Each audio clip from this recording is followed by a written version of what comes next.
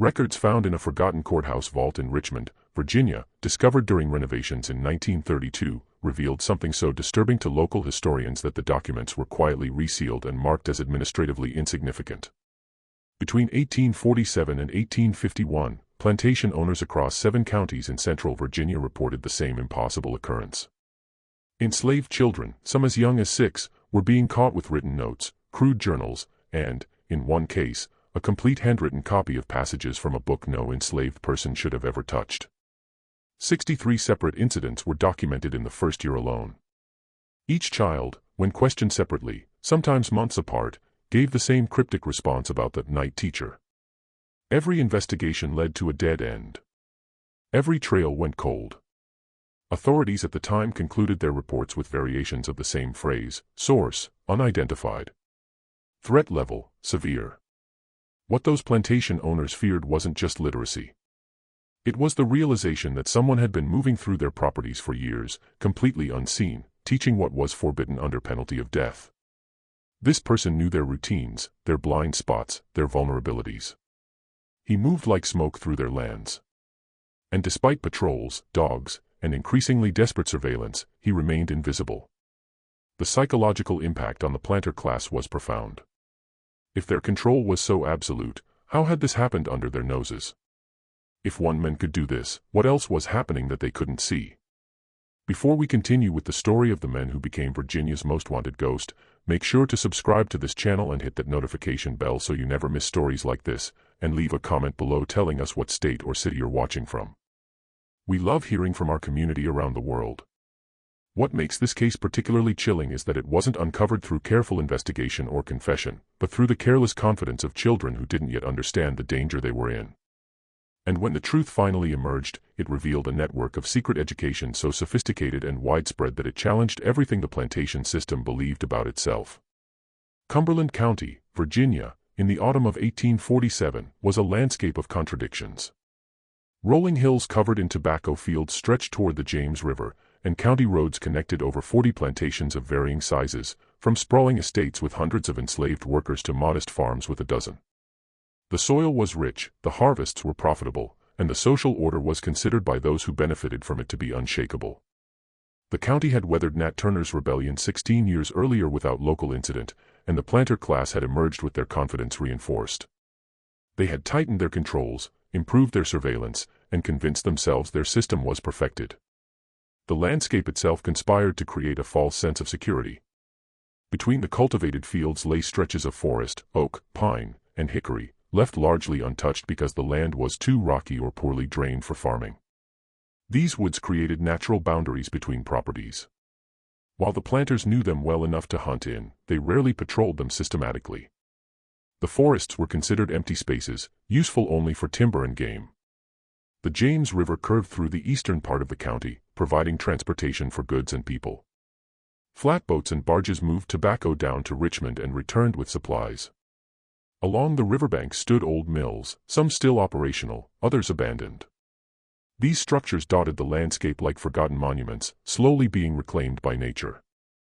The Carver plantation sat along the northern boundary of the county, a mid-sized operation with 73 enslaved people and a reputation for being what the owner, Thomas Carver, called well-regulated. Carver was a third-generation tobacco planter who prided himself on his extensive library and his membership in the Virginia Agricultural Society. He kept meticulous records of everything: crop yields, weather patterns, births and deaths among the enslaved population, expenses, and profits. His ledgers were works of art, filled with neat columns and detailed annotations.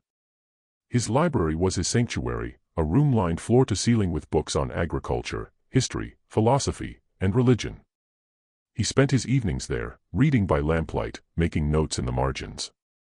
He considered himself an educated man, a thinking man, someone who understood the world through the lens of reason and order. His worldview was built on the certainty that society functioned according to natural laws, laws that placed different people in different positions for logical, even divine, reasons. His wife, Elizabeth Carver, managed the household with quiet efficiency. She oversaw the domestic workers, planned meals, entertained guests, and maintained the social connections essential to the family's standing. She was involved in the local church, organized charitable activities for poor white families, and believed sincerely that she was a benevolent force in the lives of those who worked in her home. Among the enslaved people on the Carver plantation was a girl named Ruth, 8 years old, who worked in the main house under the supervision of the head housekeeper, a woman named Dinah. Ruth had been born on the plantation, the daughter of a field worker named Sarah and a father she had never known, sold away before she was born. Ruth was small for her age, quiet and observant. She had learned early to move through spaces without drawing attention, to anticipate needs before they were spoken, to read the moods of the white family with the precision necessary for survival. She worked from dawn until well after dark. She swept floors, carried water, polished silver, and helped in the kitchen. She slept in a small room off the kitchen with 3 other girls, and her entire world consisted of the main house, the yard, and the brief moments of freedom she found in the early morning or late at night. She had never been to school. The concept of school as something that existed for children was foreign to her. She knew that the Carver children, 2 boys ages 10 and 12, studied with a tutor who came twice a week, and she had glimpsed them sitting at desks, bent over books, writing on slates. But that world was as distant from her as the moon.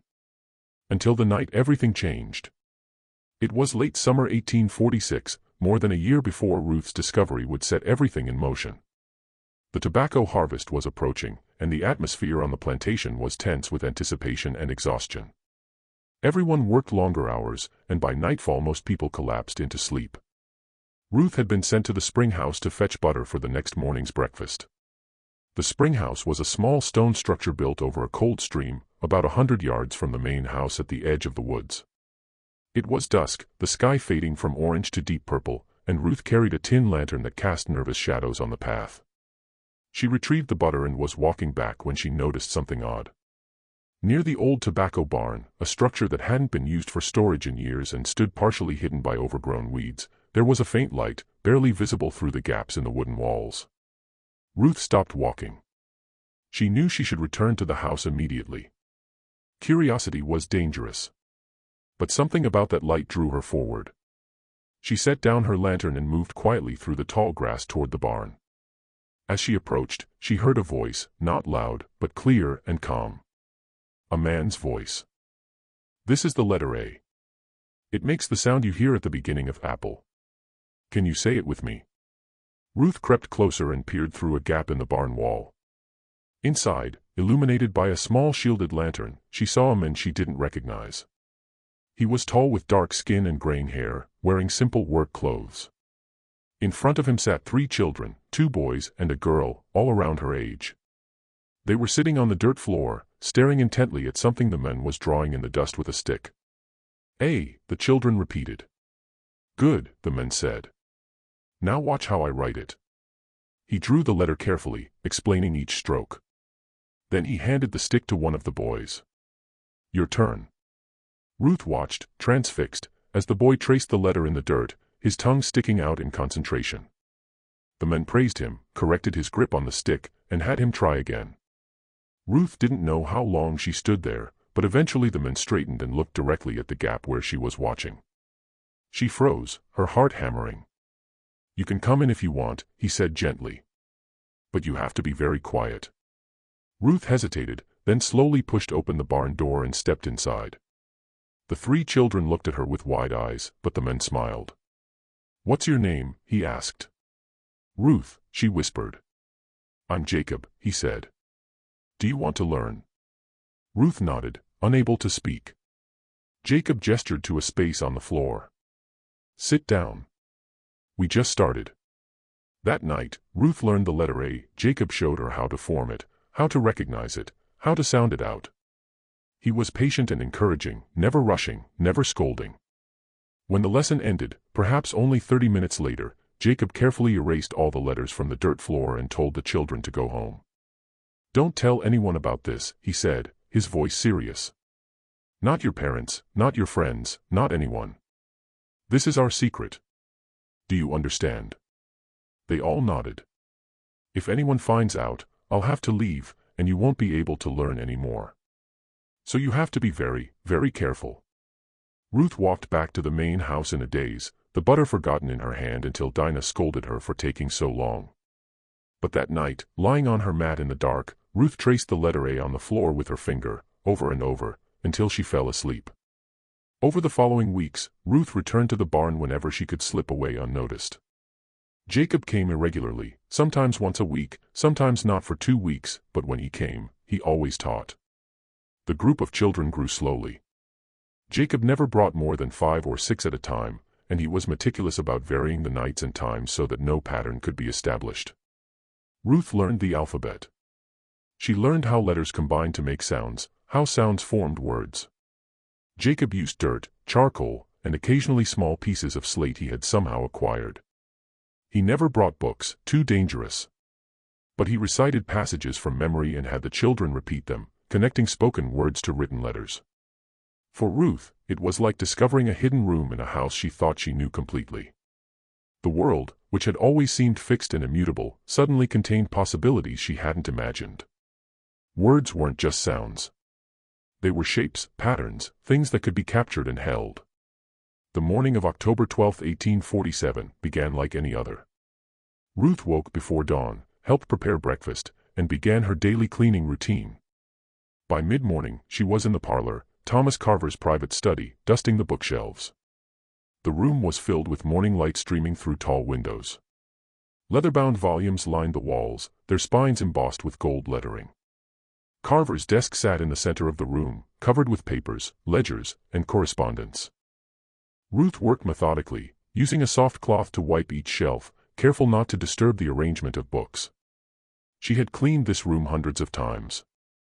But today, something was different. One of Carver's journals lay open on his desk, and Ruth, thinking herself alone, approached it.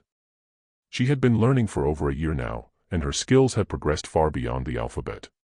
She could read simple sentences, and with effort, more complex passages. The journal was filled with Carver's neat handwriting. Ruth leaned over it, her eyes scanning the page. It was an entry about crop yields, notes about which fields had produced the best tobacco, observations about weather patterns. Ruth's lips moved silently as she read. The western field continues to outperform expectations. The soil composition, enriched by last year's. What are you doing? Ruth's blood turned to ice. She spun around to find Elizabeth Carver standing in the doorway, a basket of sewing in her hands. Mrs. Carver's face showed confusion, then dawning horror as she realized what she had just witnessed. "Were you reading that?" Mrs. Carver's voice was barely above a whisper. Ruth opened her mouth, but no sound came out. Her mind raced. She could deny it, claim she was just looking at the book, pretend she didn't understand the question. But Mrs. Carver's expression told her it was too late. She had been seen, unmistakably, reading. "Answer me," Mrs. Carver said, her voice rising. "Were you reading my husband's journal?" Ruth's voice was tiny. "Yes, ma'am." The basket fell from Mrs. Carver's hands, spilling thread and fabric across the floor. She stared at Ruth as though she were seeing a ghost, or something worse, something that violated the fundamental order of reality. "How? How is that possible?" Mrs. Carver took a step forward. "Who taught you?" Ruth shook her head, tears beginning to stream down her face. "I can't say, ma'am. Please, I can't say." Mrs. Carver's face went through a rapid succession of emotions, shock, fear, anger, and something else that Ruth couldn't identify. She turned and ran from the room, calling for her husband. Within minutes, Thomas Carver appeared, his face dark with anger. He grabbed Ruth by the arm and dragged her into the center of the room. "Demonstrate," he commanded, placing an open book in front of her. "Read this. Now." With a trembling voice, Ruth read the passage aloud. It was from a history book, something about European wars. She stumbled over some of the words, but the meaning was clear enough. She could read. Carver closed the book slowly. His jaw clenched. "Who taught you this?"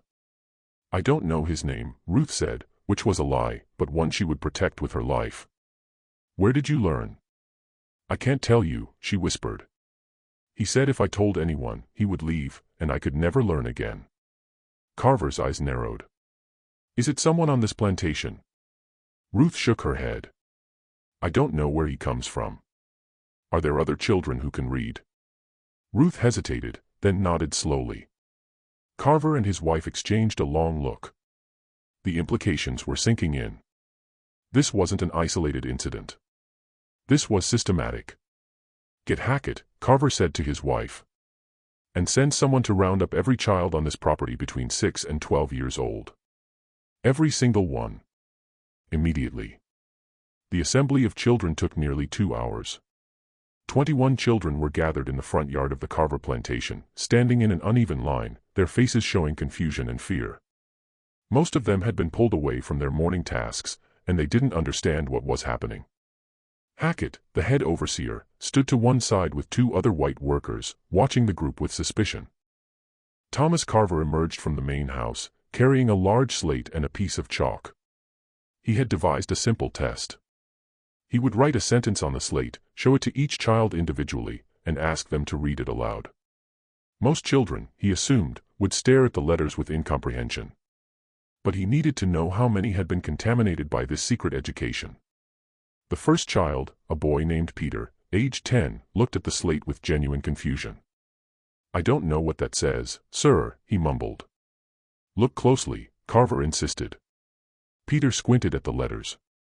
"I can't read, sir." Carver moved to the next child, then the next. 14 children in a row showed no recognition of the written words. They were, as expected, illiterate. But the 15th child, a girl named Hannah, looked at the slate, and her eyes widened slightly. She glanced at Ruth, who was standing to the side under guard, then back at the slate. "Well?" Carver demanded. Hannah's voice was barely audible. "It says, 'The sun rises in the east.'" A murmur ran through the assembled adults. Carver's jaw tightened. "And who taught you to read?" Hannah stared at the ground. "The night teacher." "What is the night teacher's name?" "He never told us his name." Carver continued down the line. Out of 21 children, 5 could read fluently, and 2 others recognized some letters but couldn't form complete words. 7 children in total had been taught. The discovery sent shockwaves through the Carver household. Thomas Carver immediately dispatched riders to neighboring plantations with instructions to conduct similar tests. Within 3 days, reports began flooding back, and each one deepened the mystery. At the Whitley estate 6 miles to the west, 5 children could read. At the Brennan plantation, 4 children. At the small Collins farm, 2 children. Across 7 different properties in Cumberland County, a total of 16 children, now including the 7 from the Carver plantation, had been taught to read and write. And every single child, when questioned separately, told the same story. A man came at night. He taught them in secret places, old barns, abandoned mills, clearings in the woods. He used dirt, charcoal, and slate. He was kind and patient. He made them promise never to reveal his identity or tell anyone about the lessons. And he came and went like a shadow, never seen by adults, never leaving evidence behind. The planters were baffled and terrified. How had one man moved so freely between their properties? How had he evaded every patrol, every overseer, every form of surveillance they had in place? And most disturbing of all, how many more children had he taught that they hadn't yet discovered? On October 19, 1847, Thomas Carver convened an emergency meeting of plantation owners at his estate. 11 men gathered in the large dining room, seated around a mahogany table that had been covered with maps, reports, and correspondence. The atmosphere was tense, the air thick with cigar smoke and barely suppressed panic. Carver stood at the head of the table, his hands resting on a stack of documents. "Gentlemen," he began, "we are facing an unprecedented threat. Someone has been systematically teaching slave children to read and write across multiple properties in this county. Based on our investigation so far, we've confirmed at least 23 cases, but I believe that number is conservative. There may be many more we haven't discovered yet." James Whitley, a thin man with hawkish features, leaned forward. "My overseer has questioned every adult on my property. No one admits to knowing anything about this. The children all describe the same person, a man who comes at night, but none of them can or will provide a name." "Same on my land," said Martin Grayson, a heavy-set man with a red face. "It's like he's a damned ghost. My workers are out in the fields all day, and we have night patrols, but somehow this man has been slipping through for God knows how long." Robert Brennan, the youngest of the group, spoke up. Could it be someone from outside the county? Someone traveling through? Carver shook his head. The children report regular lessons over an extended period. This isn't a one-time incident. This is a sustained campaign of education that's been going on for at least a year, possibly longer. Whoever this person is, they know our properties intimately. They know our routines, our blind spots, our schedules. Which suggests, said Samuel Porter slowly, that it's someone we know. Someone who has legitimate reasons to be traveling between plantations. The room fell silent as this implication sank in. A tradesman, Whitley said. Someone who repairs equipment, delivers goods, provides services. Or one of our own people, Grayson added. Someone we trust enough to let them move around freely. Carver pulled out a map of Cumberland County and spread it across the table. He had marked each plantation where literate children had been found with a red X. Look at the pattern, he said. The affected properties form a rough circle, about 15 miles in diameter. In the center of that circle, he tapped a point on the map, is the old Appomattox Mill Road. It's barely used anymore, but it connects to several of our properties through forest paths. Porter studied the map. I have a carpenter named Jacob who travels that route regularly. I've given him permission to take on repair work at other plantations to supplement his value. He's been doing it for years. Jacob, Carver repeated, making a note. What do you know about him? He's in his 40s, highly skilled, reliable. I bought him about 20 years ago from an estate sale in North Carolina. He's never given me any trouble. Quite the opposite. He's one of my most valuable workers. Can he read? Carver asked. Porter paused. I've never tested him.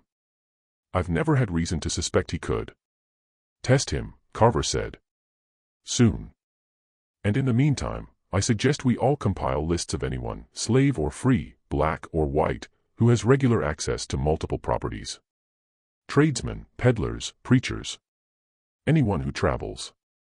The men agreed, and the meeting continued for several more hours as they discussed security measures, punishment for the children who had been taught, and strategies for identifying the mysterious teacher. But beneath the practical discussions ran a current of fear. Their entire system of control had been breached, and they didn't know how deep the breach went. Jacob had been a carpenter on the Porter plantation for over 20 years, but his story began long before that, in a different life that he rarely allowed himself to remember in detail. He had been born in Maryland in 1805 on a small farm owned by a Quaker family named Hadley. William Hadley, the patriarch, believed slavery was a moral evil, but had inherited enslaved people when his father died. Rather than sell them, which he considered an even greater evil, he had kept them, but treated them as something closer to indentured servants.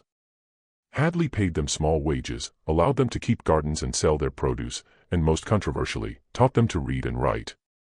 Jacob had learned to read by age 8. Hadley's wife, Mary, had taught him using the same primers she used with her own children. By age 12, Jacob could read fluently and write clearly. He had read the Bible cover to cover twice, and he had been exposed to newspapers, agricultural journals, and even some philosophy. He understood that his literacy was unusual, even dangerous, but within the sheltered environment of the Hadley farm, it had seemed natural. When William Hadley died unexpectedly in 1827, everything changed. Hadley's adult son, who had moved to Philadelphia and embraced different views, returned to settle the estate.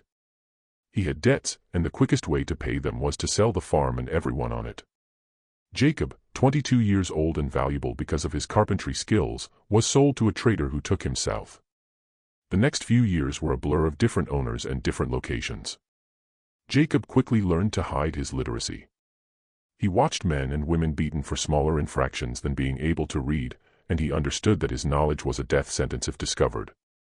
He became adept at appearing ignorant, at moving through spaces without being noticed, at giving people what they expected to see. In 1830, he was purchased by Samuel Porter and brought to Cumberland County. Porter needed skilled workers for his growing operation, and Jacob's carpentry abilities made him immediately valuable. Porter allowed Jacob unusual freedom of movement, trusting him to travel to other plantations to perform repairs and generate additional income. For 15 years, Jacob used this freedom to survive and eventually to thrive in his own quiet way. He built furniture, repaired structures, and earned a reputation as one of the best carpenters in the county. He was respectful, reliable, and invisible. Exactly what a white owner wanted from an enslaved craftsman. But the knowledge he carried haunted him. He saw children growing up in the same ignorance he had been rescued from, and the weight of his silence became unbearable. He told himself for years that he couldn't risk it, that teaching would put everyone in danger, that his obligation was to survive. But in the spring of 1845, something changed. He had been repairing a fence at the Whitley plantation when he overheard a conversation between two of the enslaved men working nearby. They were discussing a child who had been sold away from his mother, separated because the owner needed cash. One of the men said, "He's better off not knowing any different. What you don't know can't hurt you." That phrase, "what you don't know can't hurt you," lodged in Jacob's mind like a splinter. He thought about it all day, all week, and he realized that it was a lie, perhaps the most fundamental lie of the entire system. What you don't know could absolutely hurt you. Ignorance was a weapon used against people, not a shield that protected them. He made a decision that would define the rest of his life. He would teach. Jacob started small and moved with extreme caution. His first student was Hannah, the daughter of a woman named Martha who worked in the Whitley kitchen. Jacob had watched Hannah for weeks, noting her intelligence, her curiosity, the way she studied things carefully before acting. One evening, while making repairs to the Whitley barn, he had approached her. "Can you keep a secret?" he asked quietly. Hannah, 7 years old, had looked at him with serious eyes. "Yes. I mean a very important secret. The kind where if you tell anyone, something bad would happen." She nodded. "I can teach you to read," Jacob said. "But only if you promise never to tell anyone. Not your mother, not your friends, not anyone." Hannah's eyes widened. "Why would you do that?" "Because you should know," Jacob said simply. "Because everyone should know." They met 3 nights later in the old Whitley tobacco barn, the one that hadn't been used for storage in years.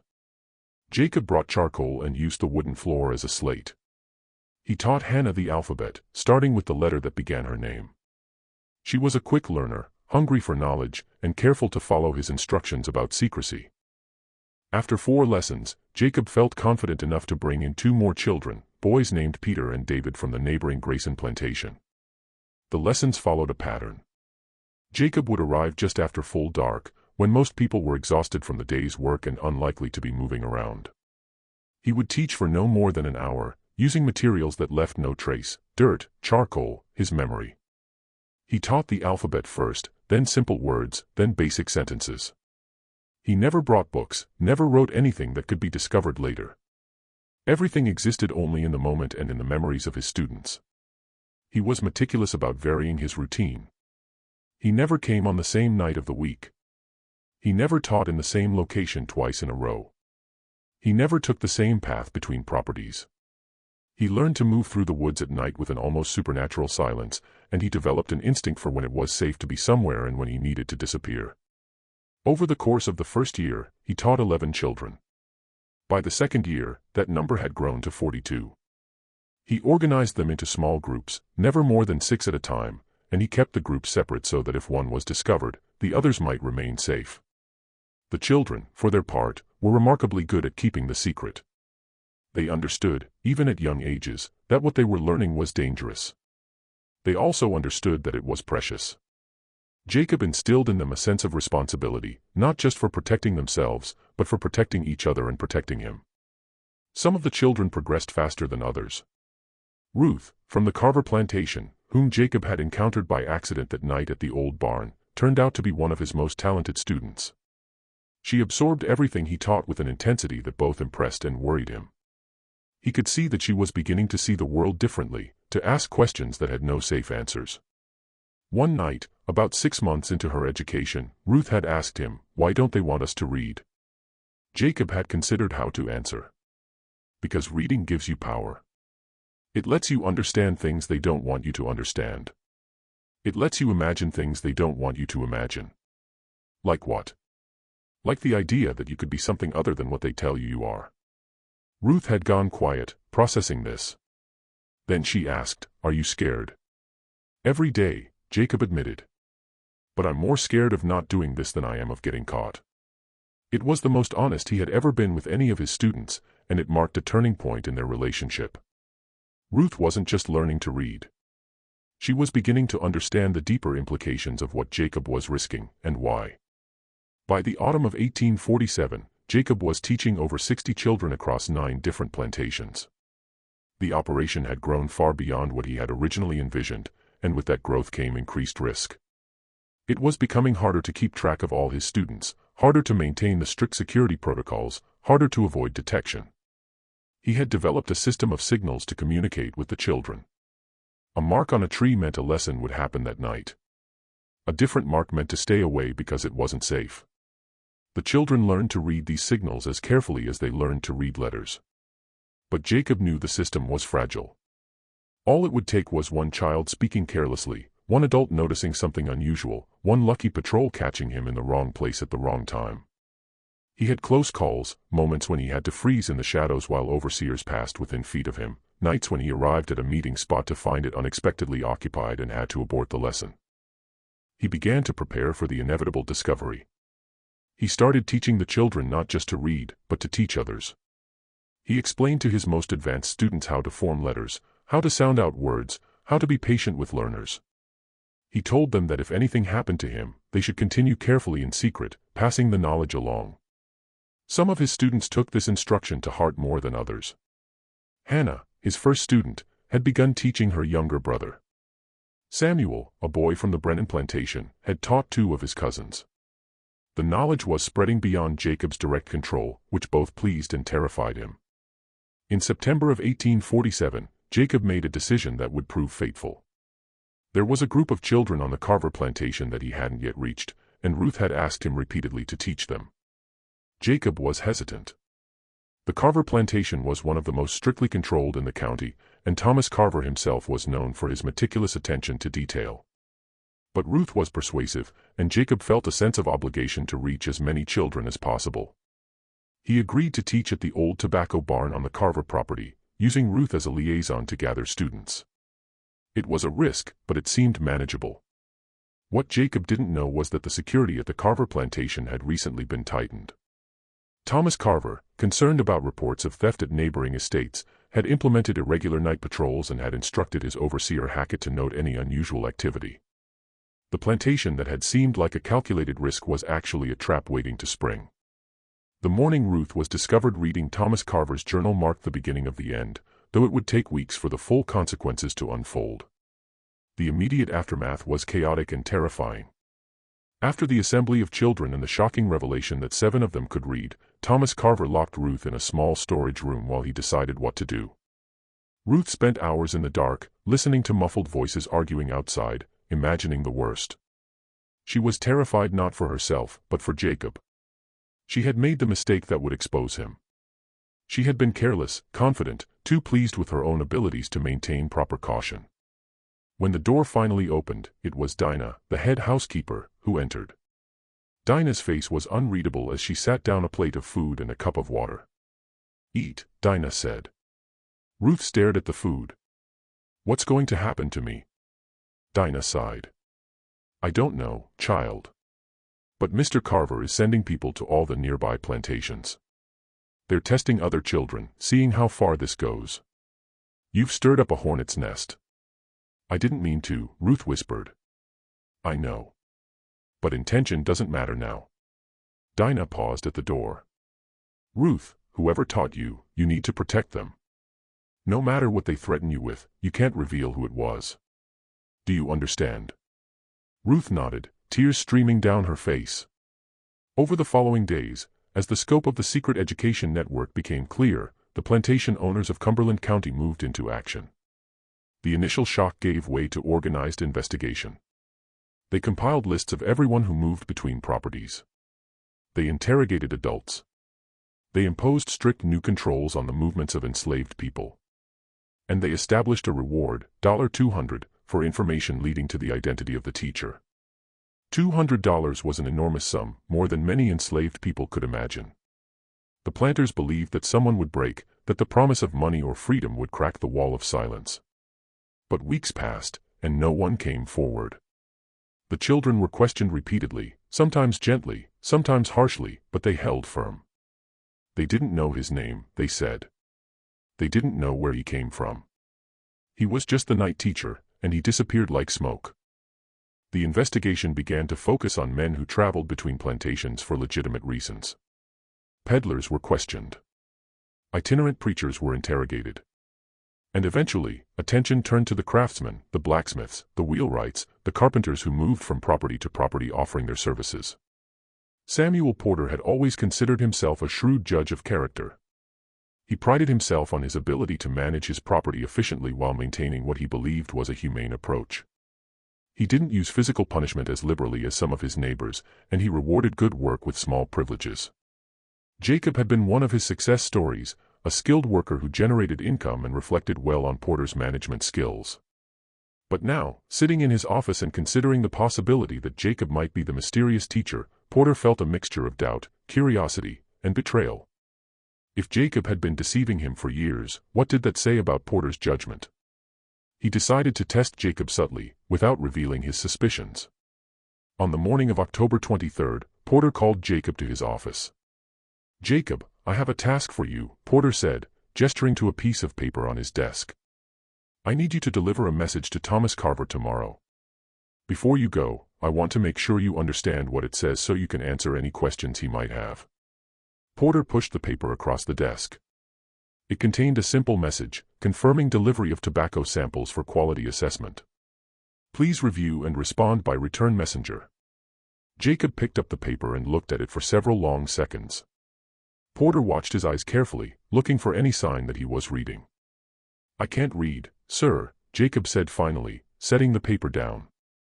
"But if you tell me what it says, I can remember it and repeat it to Mr. Carver." "Are you certain you can't read?" Porter pressed.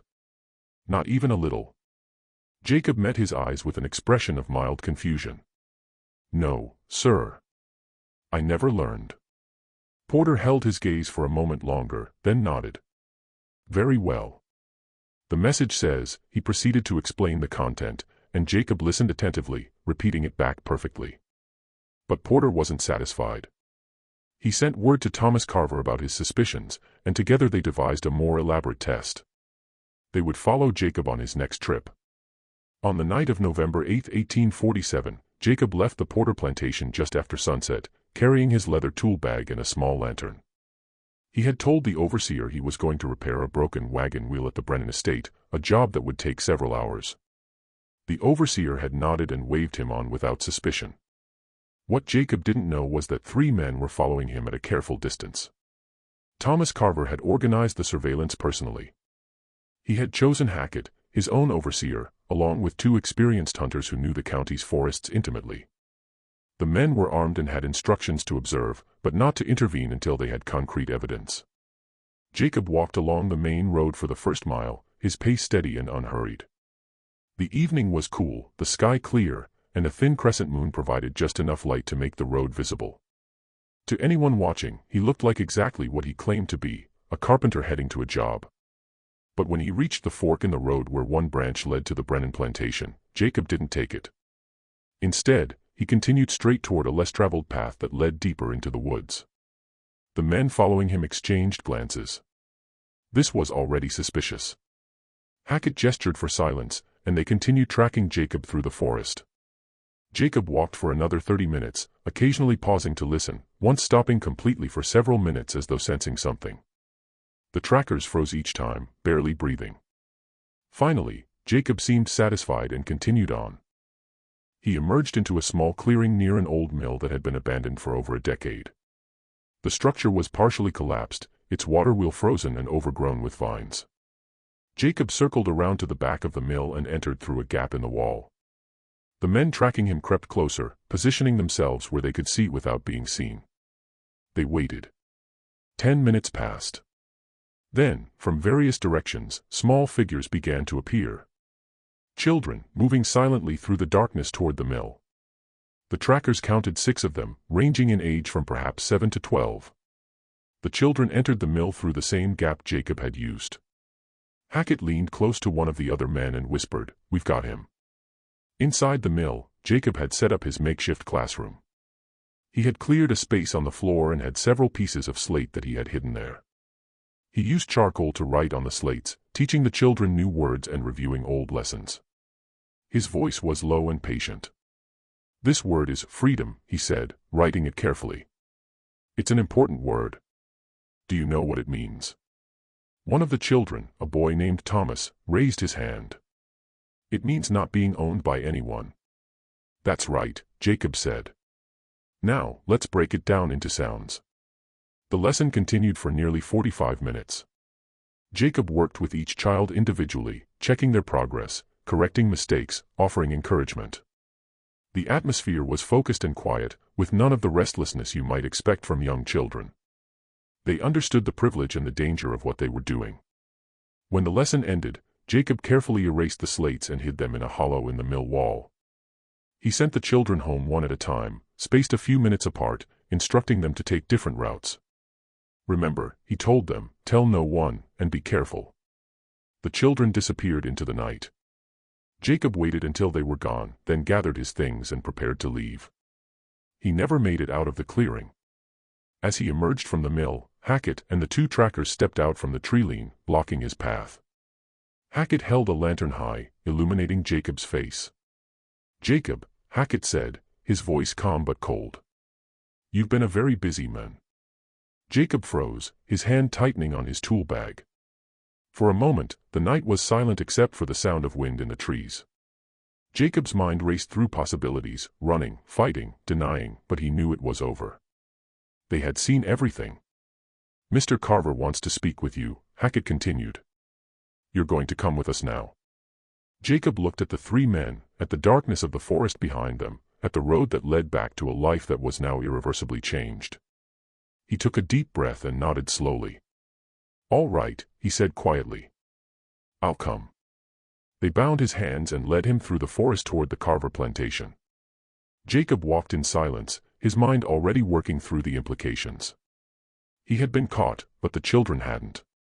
If he could protect their identities, if he could keep them safe, perhaps something of his work would survive. Jacob was held in a locked storage shed on the Carver plantation while Thomas Carver sent urgent messages to every plantation owner within 20 miles. By the afternoon of November 9th, over 30 men had gathered in Carver's largest barn, which had been cleared and furnished with benches for the occasion. Jacob could hear the murmur of voices from his prison, the sound of horses arriving, the growing crowd of angry men who had come to decide his fate. He sat on the dirt floor, his back against the wall, and waited.